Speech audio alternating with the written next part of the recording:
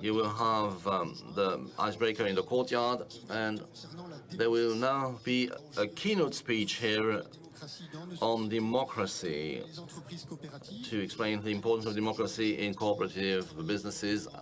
Let me introduce the keynote speaker, Alex. Alex has worked in the commercial world, and then he has specialized in academic research on cooperative and social businesses, social enterprises.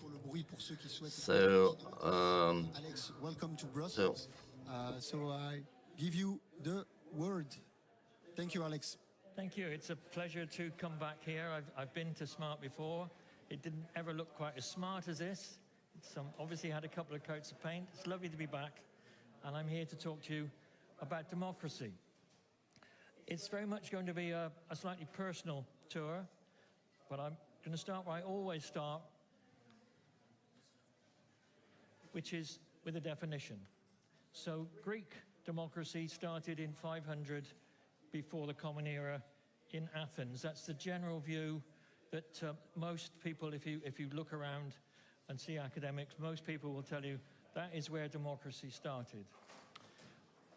Democracy is from the Greek, obviously. It's a form of government in which people deliberate and decide legislation, and that's direct democracy, which is what we tend to do to quite a large extent in co-ops, or they choose governing officials to do so, representative democracy, which is what largely happens with larger organizations and with states, with governments.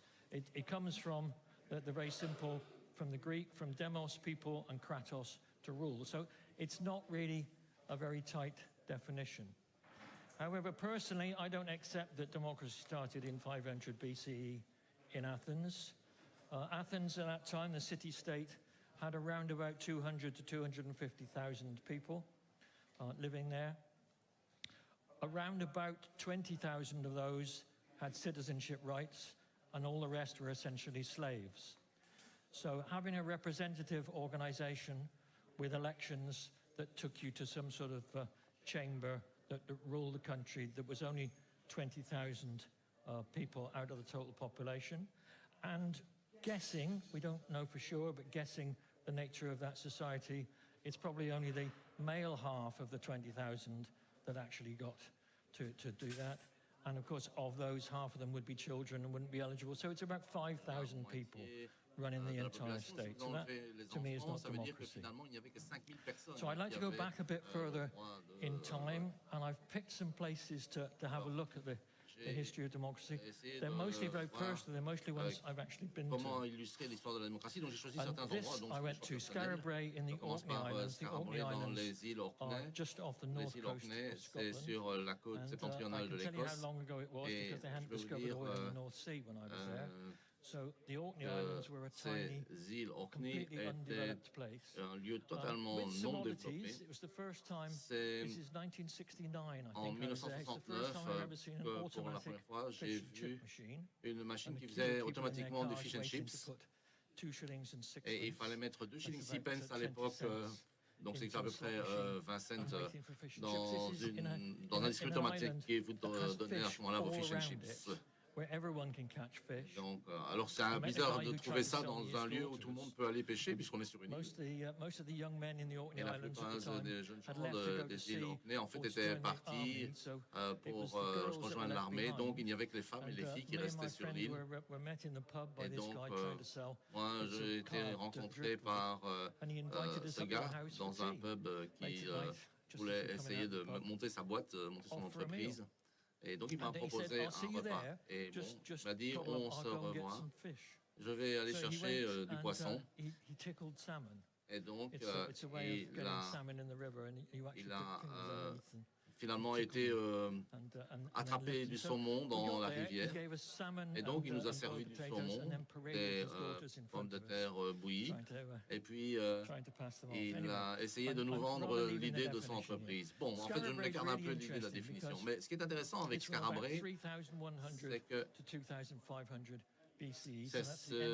l'époque, c'est à peu près entre 3100 et 2500 avant Jésus-Christ. Et tout est construit en pierre. C'est le seul endroit où je suis allé où, finalement, ils ont même les meubles en pierre. Et donc, quand j'étais sur place, vous pouvez facilement gravir, escalader toutes ces habitations. Aujourd'hui, évidemment, ce n'est plus possible parce que c'est trop fragile. Et ce qui est intéressant dans ce cas-ci, c'est qu'il n'y a aucune arme, sauf celle nécessaire pour pêcher et pour chasser. Et toutes les habitations ont la même taille, le même style. Donc c'est une communauté qui vivait là sans qu'il y ait une élite et une plèbe, on pourrait dire. Donc, c'est un cas intéressant. Le deuxième, c'est l'habitat de Nuraghe en Sardaigne. Donc ça, c'est un habitat qui monte à l'âge de bronze. Et à nouveau, ce sont des constructions qui sont entièrement faites de pierre. Ce sont des habitations circulaires. Et il y a encore à peu près 8000 habitations qui sont présentes en Sardaigne. Et ce sont toujours des toutes petites communautés qui sont toutes situées dans les montagnes. Des petites communautés et chaque communauté a toujours une ligne qui la connecte à une autre communauté. Et il y a parfois une tour, il y a toujours une tour qui permet de voir la communauté d'à côté. Et donc, une fois encore, comme un scarabée, toutes les habitations sont exactement de la même taille, dans le même style. Donc, une fois encore, vous avez une communauté un peu plus importante ici, mais c'est une communauté qui est une communauté de personnes qui sont sur un pied d'égalité. Et donc, on se dit qu'il devrait avoir un système plutôt démocratique. Moi, je ne vois pas d'autre possibilité que d'avoir un système démocratique pour fonctionner comme ça. Suivant. Alors, ça, c'est un autre endroit où je suis allé avec mon fils aîné. C'est le Parlement islandais qui se trouve à Lögberg. Donc, c'est dans le Althing, c'est-à-dire le terrain de rencontre. Et donc, ça a été construit pour la première fois en 930. Et donc, c'est le plus ancien parlement au monde. Mais bon, il y a un contentieux, il y en a d'autres qui revendiquent cette ancienneté. Et donc, ça a fonctionné de 1830 à 1844, le Parlement a cessé de fonctionner parce que les Norvégiens ont envahi l'endroit et ils ont dirigé le pays et donc supprimé le Parlement. Donc, ce n'est pas le Parlement le plus ancien ayant fonctionné tout le temps, mais en tout cas, c'est le Parlement le plus ancien depuis sa création. Et vous voyez qu'il n'y a aucune représentation ici. Ce n'est qu'un rassemblement de gens. Tout le monde est invité, tout le monde vient sur le terrain, tout le monde discute, et puis on fixe les règles pour l'ensemble du pays, et puis les gens rentrent chez eux et appliquent les règles. Donc, c'est une structure gouvernementale sans fonctionnaires, sans représentants. Le suivant, c'est le Parlement de l'île de Man,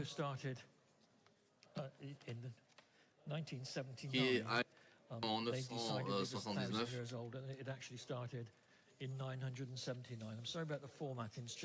Alors, désolé, vous ne pouvez pas bien lire le 979 avec le point d'interrogation parce qu'on n'est pas tout à fait sûr de la date. En fait, en 1979, on a décidé que le Parlement était vieux de 1000 ans et donc on a organisé une grande célébration. Et donc, à nouveau, c'était un point de rencontre où tout le monde se retrouvait. Et alors, il faut s'imaginer que sur l'île de Man, ça fonctionne sans doute mieux qu'en Islande, parce que l'Islande, c'est un pays immense. Il faut pratiquement un jour complet pour faire le tour. Alors que si vous êtes déjà à l'île de Man, vous savez qu'il vous faut 90 minutes pour traverser l'île. Donc l'île de Man est beaucoup plus petite et tout le monde devait vivre à peu près dans un rayon de 20 km autour de cet endroit. Néanmoins,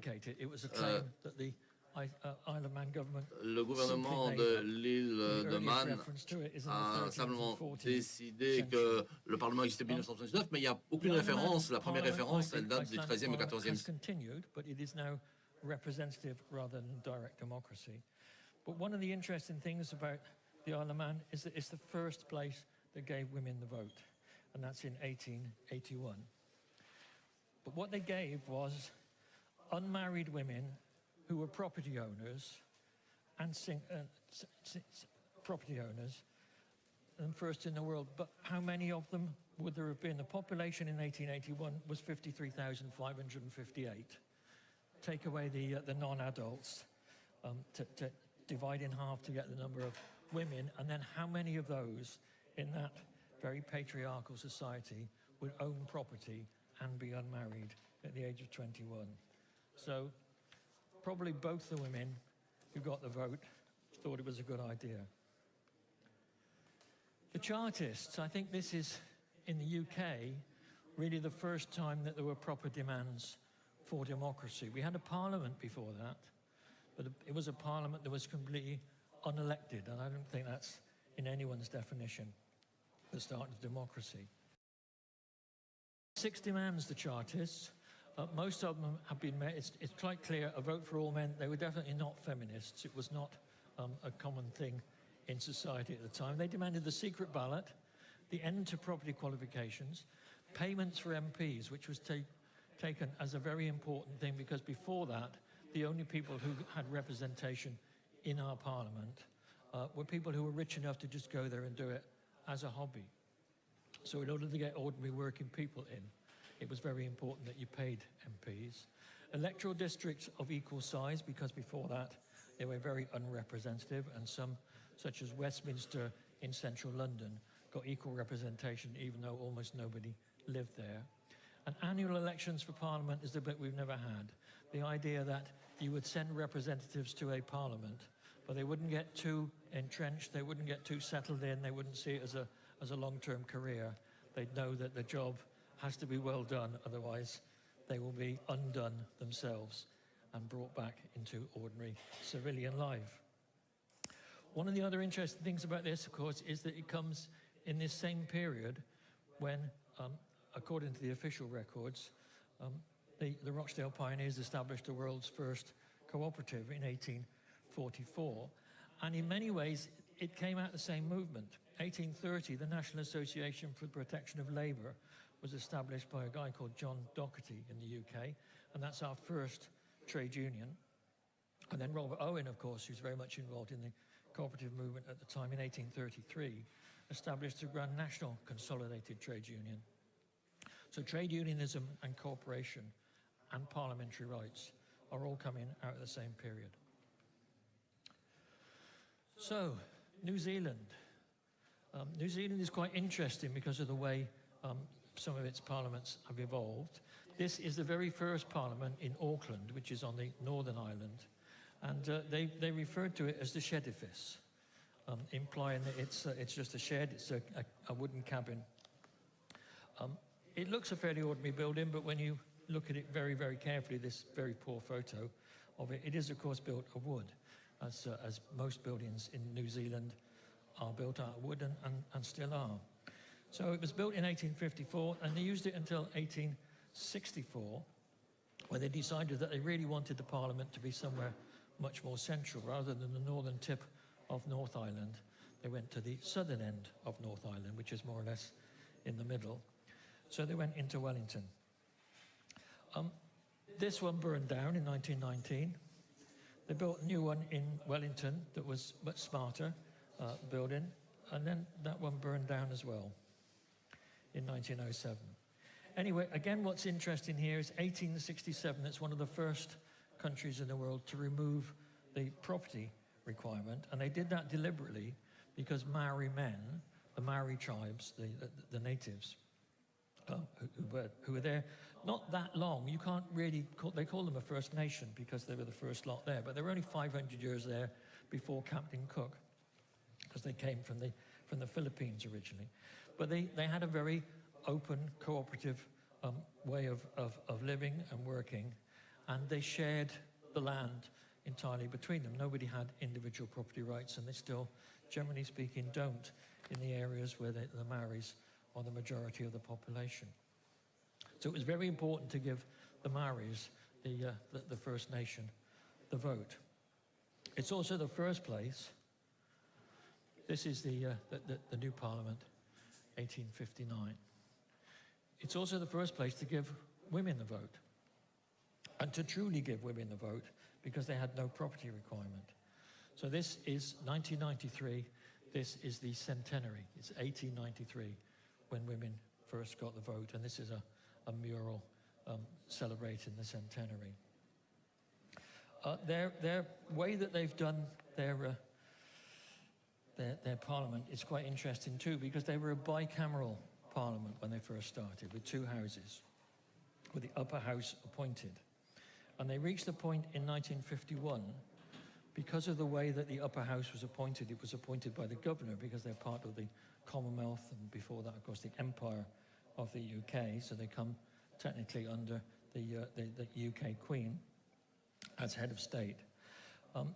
Because of the way that they were appointed by the governor, and the governor simply took advice from the Parliament, from the lower chamber, they realized that actually they were a complete waste of time. And their official history says that, those exact words, it's a waste of time. So in 1951, they got rid of it. So they are monocameral. There are not many countries in the world that are monocameral. Most countries in the world feel that you have to have a higher chamber. At one point, Iceland had a higher chamber. And that basically is to slow down legislation. It's the idea that somehow you can't trust the elected representatives to make the decisions properly. So you have to have some other appointed great and the good to oversee it and constrain them. So they got rid of it. And strangely enough, they seem to manage perfectly well without. And although technically they don't have a president, and then technically the head of state is the Queen, during the whole time, 50 years that the UK Queen has been on the throne, she's visited 10 times. So she's been roughly once every 5 years. And the last time she was there was 20 years ago. So I don't think she has an awful lot of power and influence. So essentially in New Zealand, what you've got is a single chamber, a prime minister, and that's it. Interestingly, of course, talking about votes for women, you have a bit of an honor really in Belgium. We're not actually the last to give votes to women, but 1949, I understand, was the time when votes were given to women. And you've been followed by two other great countries, Switzerland in 1971, which is a bit of a surprise to me, and Saudi Arabia in 2015, which is not a good place to be, really. So, thinking about democracy in co-ops, it is, of course, fundamental. It's within the definition of a cooperative that it has to be a form of democracy. So you've got the 7 principles. I'm sure you all know them. I know them quite well, but I always have to write them down because I never get the numbers right. So number 1, voluntary and open membership. Number 2, democratic member control. Member economic participation, autonomy and independence, education, training and information, cooperation amongst co-ops, and concern for communities. So number 2, democratic member control, absolutely essential. But it is still something that can be very slightly varied, and we'll talk about that. However, I've been to Mondragon. Many of you will know Mondragon. It's the largest group of worker co-ops anywhere in the world, around about 80,000 members, all on an employee basis, unlike here in Smart, where it's a cooperative of self-employed people. And they have a different set of principles. Because they didn't really come out of the cooperative movement, they started in 1956 when the local priest decided that, as in the Basque Country, having fought probably the hardest, well, the Catalans fought very hard against the fascists. They lost. And of course, they realized that in Madrid, the central government there of the Generalissimo Franco was never going to give them any help whatsoever. So they realized that they just had to do it themselves. And if you go back and look at Catholic social policy, you'll find that there's a very strong element of cooperation there. I think it was 1492, as I remember. I'm not religious at all, but I think it's interesting. 1492, there was the first papal encyclical about cooperation. So it's very much built into their way. So they came much out of that Catholic social policy more than out of the rest of the co-op movement. So they formed their own set of principles. And they include some other bits: open membership, democratic organization, sovereignty of labor, which is really important to them, instrumental and subordinated nature of capital, participation in the management, not just separating it, wage solidarity, inter-cooperation, and social transformation. So essentially the same things, but with a couple of extra bits. And in 2015, when the ICA reviewed the 7 principles, I was foolish enough to send in a proposal, and I did get an article in Co-op News about it. I tried to stitch together those 2. I could see no way that the ICA would change its principles as they exist, so I proposed 3 additional principles: the subsidiarity of capital labor, fairness in remuneration, and a commitment to co-op development. Subsidiarity, I'll come back to. It's quite a little bit more complex than subordination. Education, principle 5. You can't really have democracy without education. And the whole point of putting education in as one of the principles is so that the members can participate in a co-op because they understand how the co-op works. If you just ask people about cooperation outside of a co-op in the street, they usually glaze over, they usually look very puzzled. It's not, generally speaking, in most European countries, part of our education. And for most people, it's not part of their culture. Even though they may cooperate on a daily basis, they don't understand exactly the definition of cooperation. Most of our problems now, as co-ops, we are islands in a sea of neoliberalism. Most of our problems come from that our outsiders, when they come and join us, don't really understand cooperation, and we have to give quite a lot of work into doing that. That's where the Co-op College came from originally.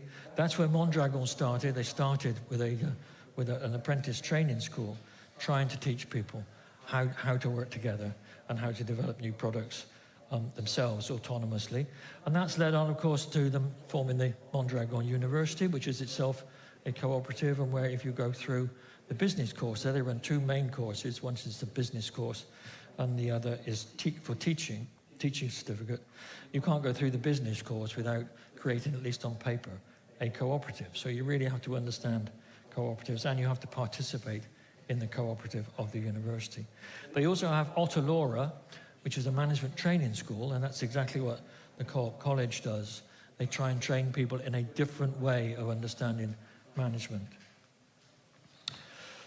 So, direct or representative governance. We've got the 2. We've got fully participating, going along to meetings, making every single decision. Or it's getting someone else to do it. And in larger organizations, it's really very difficult to do fully participative democracy. But there are ways that you can adapt and adjust. I think really it's always regarded as good governance that a board, if you have a committee, a board, that 12 is the optimum number. So I think in any cooperative below 12 members, trying to have a separate elected board seems like a complete waste of time. Direct democracy just makes sense. But when you start getting much bigger than that, you have to think about how on earth are you going to manage it. You can't put 5,000 people together in one room and come to a decision, because it will take about 3 weeks, and that's an awful lot of lost productivity. So it doesn't work practically to have direct democracy just in that way.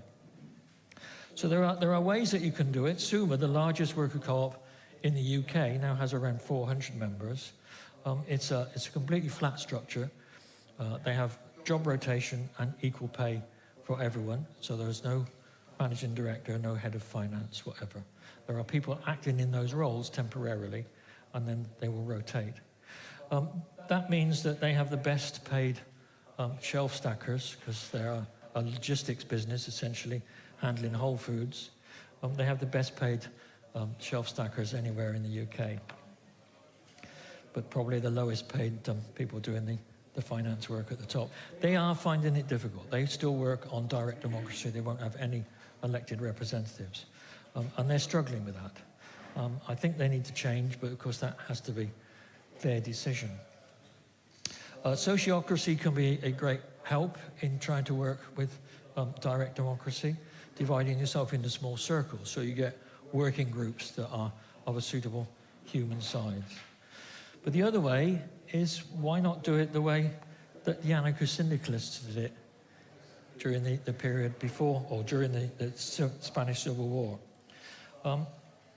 It's always felt outside of cooperative circles, of course, that anarchy is disorder, which is a right-wing capitalist lie, because anarchy is about organization.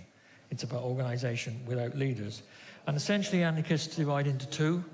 It's the syndicalists and the anarcho-communists. The syndicalists believe you should organize in the place of work.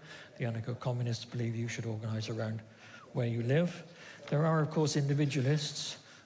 They don't really seem to work very well together, and they've never really become a great movement. But during the syndicalist, mostly, time in the anarchists in Spain, they simply worked on the basis of mandation. So you had direct democracy in small groups, deciding what it is you wanted to do, and then you took a representative, you mandated a representative saying, this is what we believe, and this is what you will say and do, and they sent them off to larger regional and national committees to run things. First past the post or proportional representation. You've probably mostly watched the elections in France, of course, which have just taken place. First past the post, sort of, but done in two stages. Completely unfair. And you see that in the representation, so that we've got nearly twice as many seats for the Macronists, with 38% of the vote, as opposed to Mélenchon, the Noops, who with 31% of the vote got around half as many seats. So you can see just how radically unfair it is, although sometimes it works the other way, because the Socialist Party got a very unfairly large number of seats with only 7% of the vote. So sometimes if you're very organized, and they must have been very concentrating on certain seats, they got an advantage out of the system. But it's essentially unfair. But do we need to do that with its complications? Do we need to do proportional representation in co-ops? And I think that's a moot point. One of the things about being in a co-op is that, or being in a country, one of the reasons you're in a country is because you're born there. You arrive there, you don't choose your country, that's where you're born, that's where you live. So you have a hugely diverse range of opinions amongst the population. But when you come into a co-op, you've already signed up to the co-op. You've signed up the 7 cooperative principles, you've signed up the aims and objectives of the particular co-op that you're in, and therefore, when you come to elect representatives, it's going to be much more focused on their ability and how you see them as people rather than their political stance. So maybe the complications of PR are not that necessary, and most co-ops work actually when electing people on a very simple first past the post basis. The human scale, however, I think is essential, and that's where when large organizations get too big, you can get lost. And again, going back to Mondragon, it's 80,000, approximately 80,000 members working in the Mondragon Cooperative Corporation, as they call it. But when you look closely, you find that there's over 80 worker co-ops in a federal structure. So they have an overarching body that does the coordination, that helps with the finance and development. But the average size of each co-op is about 1,000 people. So they're trying to maintain their a much more human scale. They also try and address the division that can come in worker co-ops between your role as a member, your role as an employer, and your role as an employee. As an employer, you're looking for the health of the business, you're looking for profitability, you're looking for growth. And as an employee, you're looking for good conditions and good wages. And those can get a little confused. You have to essentially wear 2 hats at the same time. So what they've done in Mondragon is establish a 3-committee structure. So you have the board that has the overall power, that has the overall authority on running it, and is elected every year at the annual general meeting. And then you have the management team who have the day-to-day job of delivering that on the business model, of delivering it, of making it profitable. And then you have a social committee which considers the employees' rights and how they will develop themselves as an employer of quality. Capital versus labor in decision-making. And this is where I think subsidiarity is really important, and not just subordination. Because ultimately, as a co-op, we live in a commercial world, and we have to survive. So ultimately, we do end up having to make financial decisions over and above our decisions as to how we would really like to work. And subsidiarity comes, of course, from Catholic social policy. It's one of among the most constant and characteristic directives of the Church's social doctrine and the most important principle of social philosophy, according to the Church. In 1892, they established it as a principle. There are two parts, really, to subsidiarity. One is the idea that you will make decisions at as low a level, as close to the coalface as you possibly can. But the other is that when you make decisions at a higher level, you should always consider how it will affect the lower level. So when you make decisions at the higher level, which is the needs of labor, the needs of the personnel, you have to consider the lower level. You have to consider the finance at the same time. So it's a complex relationship between the two, but trying to establish that actually the people values are more important than the financial values. And then I'm thinking, as I'm coming towards the end, I'm thinking about how does this all go wrong? Because it can go wrong. Democracy is not perfect. Not my favorite person, Winston Churchill. He's universally hated in South Wales for what he did in 1922 to the miners when he sent in troops to kill the striking miners in order to scare them back to work. But he said democracy is the least worst system of government. And I think that's quite a good way of looking at it. It is not perfect. There is no perfect solution wherever you are. You've just got to try and get the best solution. And think about, to get the best solution, think about where things can go wrong. So soft power. If you're in hot to the bank, if you've got very large funders and investors, if you've got partnerships with government or local government, then they've got some power. They've got power without any real power on paper, because you know that you have to keep a good relationship with them. So it's something to watch out for, something to guard against. And keeping in touch, one of my favorites here is Lumio. Is anyone familiar with Lumio? Lumio is an online discussion forum designed by a worker co-op in New Zealand. They came out of the Occupy movement. They don't do any foreign language versions. I'm afraid it's all in a sort of New Zealand American English. But of course, whatever you put in it is in your own language. So whilst the instructions and tools are in English, it's perfectly easy to operate it in French or Flemish. It's designed by co-ops, and it's designed not only to discuss, but also to make decisions, and to make decisions in a variety of different ways. And it's particularly useful for diverse organizations where people can't get together. And the last one that I've come to is The Tyranny of Structurelessness, written by Joe Freeman in 1970, a very well-regarded, although of course now aging. I hope she's still with us. I've never heard of her passing yet, but she's been around as long as me, so she's into the final years of her life. For a long time, although she's very much a feminist, very well regarded and widely published, this little piece, I think is about 6 pages of A4, The Tyranny of Structurelessness. It's based on her experience in the feminist movement, but it's not a feminist publication. It was ripped off badly. That was the nature, I'm afraid, of life in the 70s and the early 80s, when people would just steal things from you, not pay you for it, and just publish it. So she got quite cheesed off, and it wasn't on her website for many, many years, but it is now back there. It's well worth a read.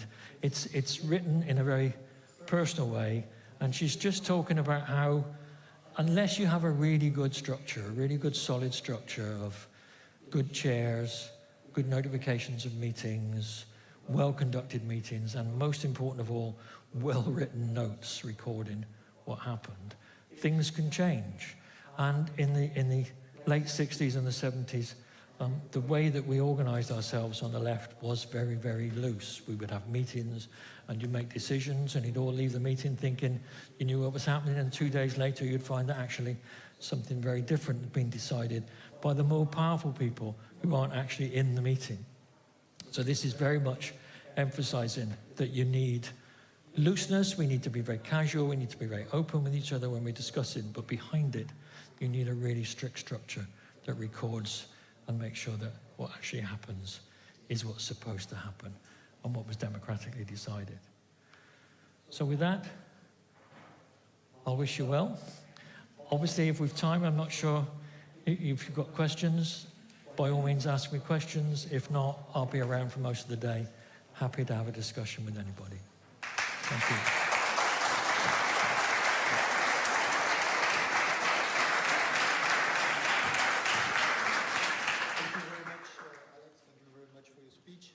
You said you will be around the whole day, so if you have any question, si vous avez la moindre question, n'hésitez pas à aller vers Alex. So if you have any question, feel free to approach Alex. He will be happy to answer your questions.